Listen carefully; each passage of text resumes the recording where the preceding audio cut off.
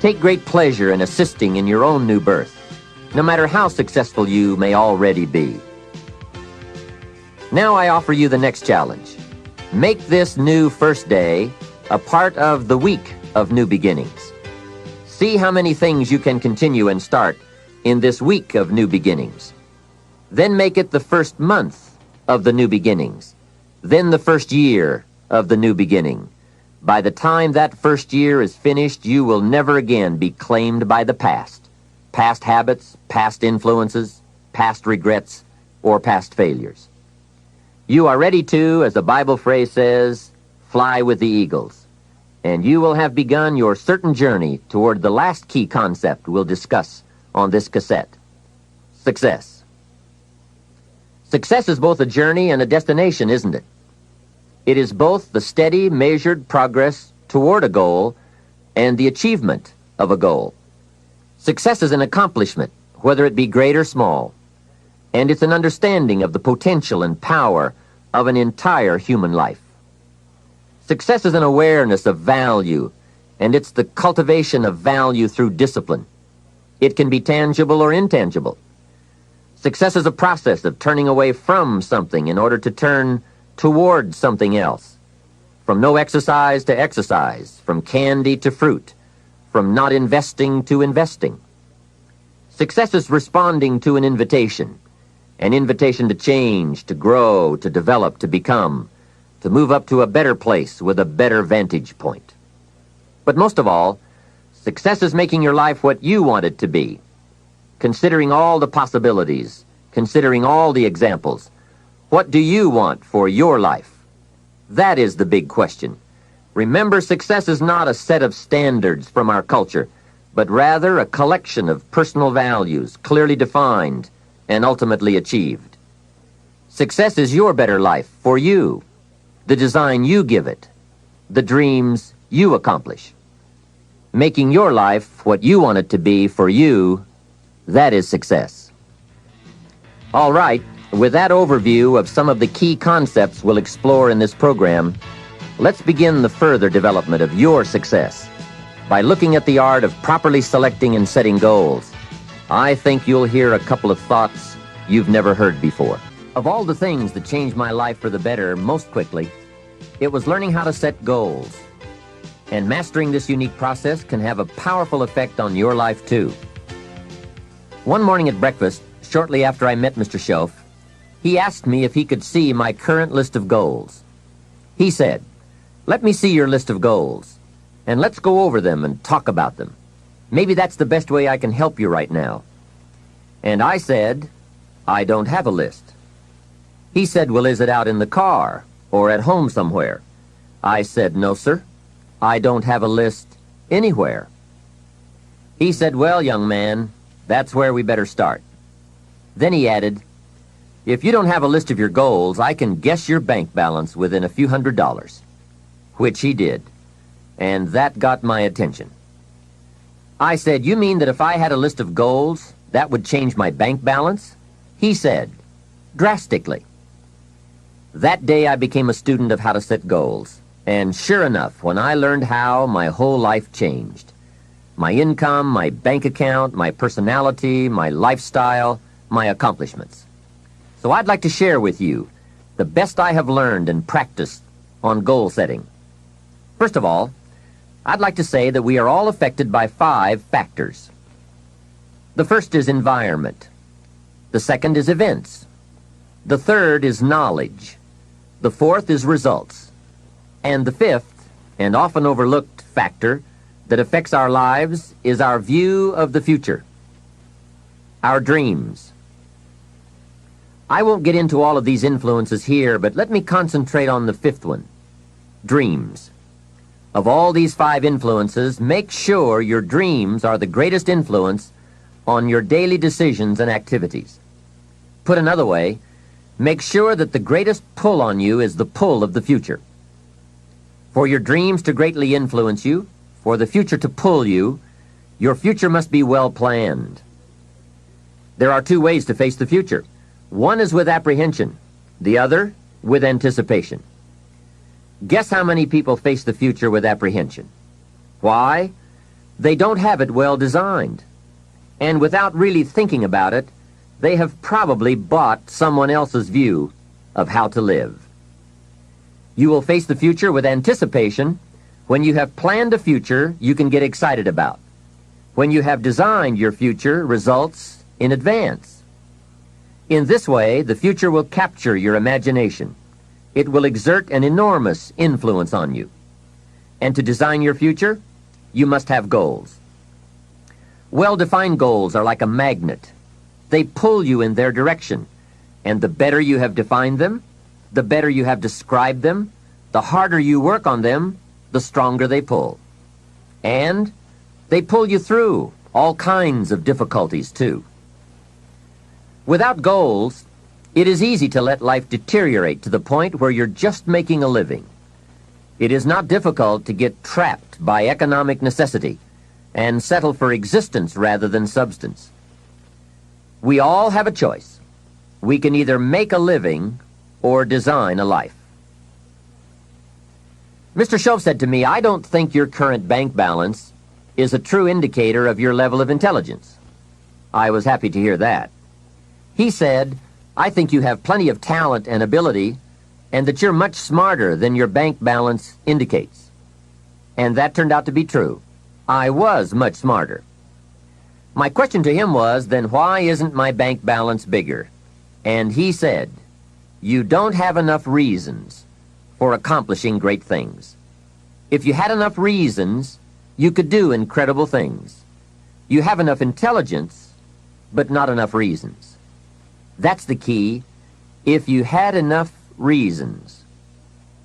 In my years of study, I've also discovered this: reasons come first, and answers come second.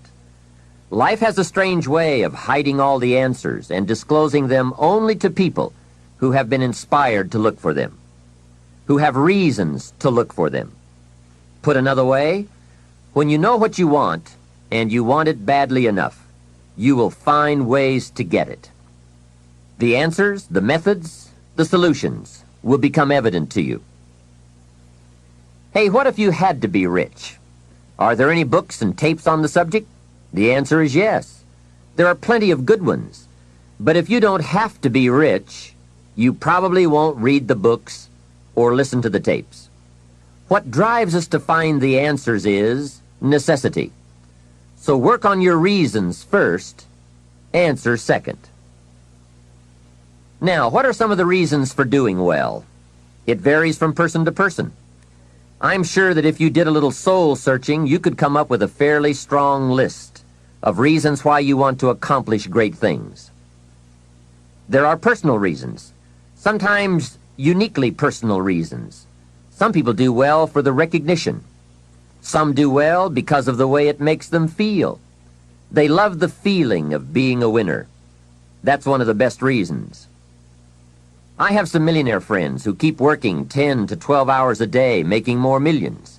And it's not because they need the money. It's because of the joy, pleasure, and satisfaction that come to them from being constant winners. To them, money is not their main drive. It's not the money. It's the journey. Once in a while, someone says to me, "If I had $1 million, I'd never work another day in my life." Hey, that's probably why the good Lord sees to it that he doesn't get his million. Because he'd just quit. Family is another reason, or motivator for doing well. Some people do extremely well because of other people.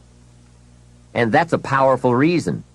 Sometimes we will do things for someone else that we would not do for ourselves. We are made that way.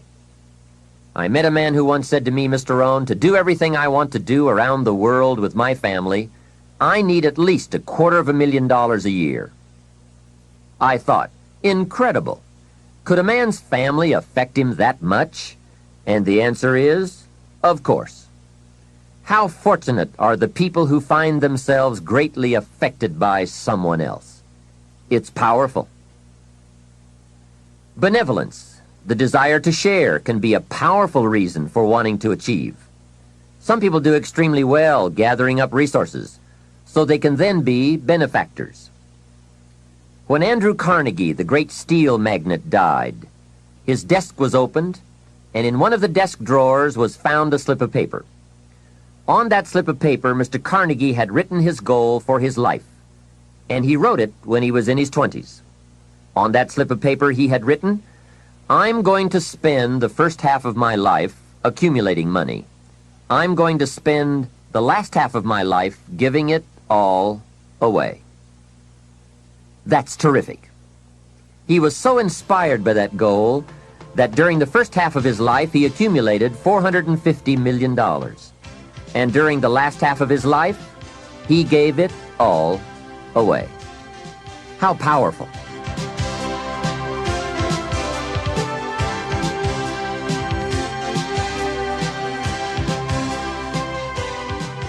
What has you turned on? What has you getting up early, hitting it hard all day and staying up late? What has you inspired? Next question, what's got you turned off? When I found the answers to those two questions, my life exploded into change. I finally found out what negative philosophy of life I had allowed to limit me and had me turned off, and I got that cured. Then I found a long enough list of reasons to turn me on, and once the lights went on for me, at age 25, they have never gone out. I've fallen out of the sky a few times, but I've never lost that drive to do something unique with my life. Now there's another list of reasons for doing well, called nitty-gritty. Those hard little reasons that can really affect your life. Sometimes it doesn't take much of a goal to start you in a brand new life direction. I now carry a few $100s in my money clip. It's only a few $100s, but the story behind why I do it reveals one of those reasons that greatly affected me. Just before I met Mr. Schoaf, I heard a knock at my door one day. When I opened it, there was a little girl selling Girl Scout cookies. And she gave me one of the finest sales presentations I've ever heard. A special deal, several flavors, and only $2, back when you could get a lot for $2. And with a big smile, she very politely asked me to buy. And I wanted to. Big problem. I didn't have $2. And to this day, I can still clearly remember the pain and the embarrassment. I was a father, I had been to college, I was working, and I didn't have $2. Now, since I didn't want to tell her that, I did what I thought was next best. I lied to her. I said, "Hey, I've already bought lots of Girl Scout cookies. I've still got plenty stacked in the house." Now, that wasn't true, but it seemed to get me off the hook for the moment. She said, "That's wonderful, sir. Thank you very much." And she went away. After she had left, I closed the door, and that was the day I said, "I don't want to live like this anymore." I've had it with being broke, and I've had it with lying. I've had it with being embarrassed over not having any money in my pocket. I promised myself that day that this would never happen again. I picked a day and an amount, and I said, "I'll never carry less." It was one of those reasons that still affects my life after all these years. So I now carry a few $100s in my money clip. I do that for two reasons, I guess. One reason is the way it makes me feel. That special feeling of having plenty.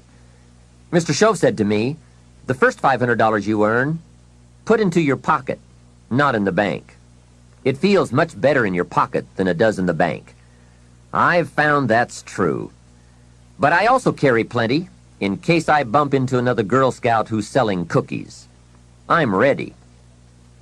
I remember walking out of the bank one day in Northern California where I lived at the time, and there were two little girls selling candy right outside the bank for some girls' organization.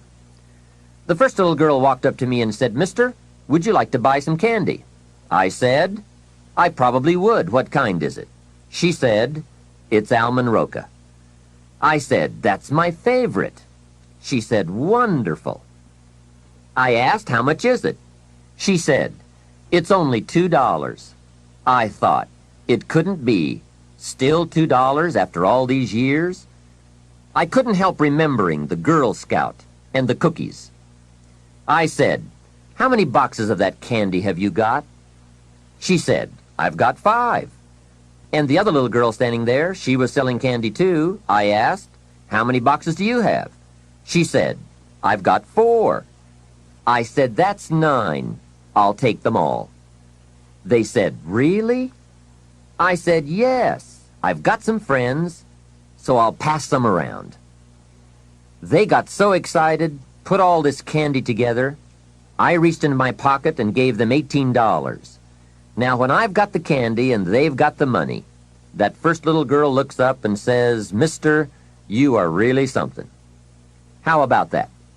Can you imagine only spending $18 and having someone look at you in the face and say, "You are really something"?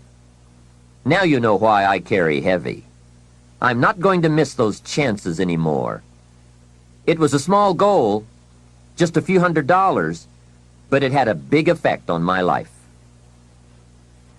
I have a dear friend, Robert Depew. Bobby used to be a school teacher in Lindsay, California, the olive capital. After he taught school for several years, he became a little weary of teaching and decided to get into sales. One day, without telling anyone, he quit his teaching job and jumped into sales. When he did, his brother poked fun at him. His brother said, "You're going to go right down the drain. You had a good teaching job. Now you're going to lose everything you have.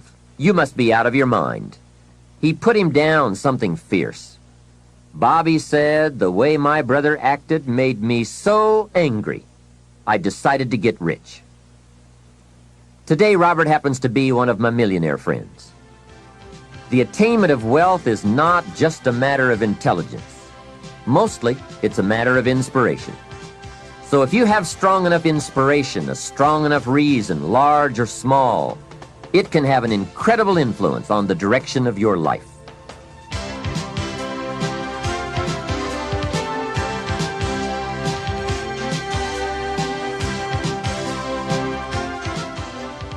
Now, we're going to take some time to actually start designing the next 10 years of your life. We're going to start setting your goals. Goal setting is one of the most important skills to develop if you want to design your future. I'm going to give you enough homework not only to keep you busy for the rest of your life, but also to help you create the kind of life you may have always dreamed about living, but never believed possible. So let's get on with it. The sooner you exert the discipline, the sooner you will be enjoying the results. Once the results start to come, believe me, you won't mind the hard work and discipline it's going to take. Now, get a sheet of paper, and at the top of it, write the words, long-range goals. I'm going to ask you some questions, and I want you to jot down the answers. If you don't have paper and pen handy, follow along with me now anyway, just listening. Then, later, listen again when you can write down your ideas. After I've asked the questions, which is the first part of this exercise, you can stop the tape and work on your answers. All right, let's start this exercise. The basic question you are going to answer is, what do I want within the next 1 to 10 years? I want you to take about 12 to 15 minutes and make a list of at least 50 things you want within the next 1 to 10 years. These are long-range goals. To help you get started with your list, consider these questions.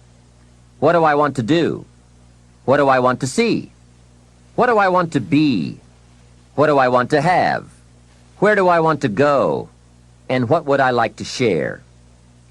Now, with these thought-starter questions in mind, answer the basic question.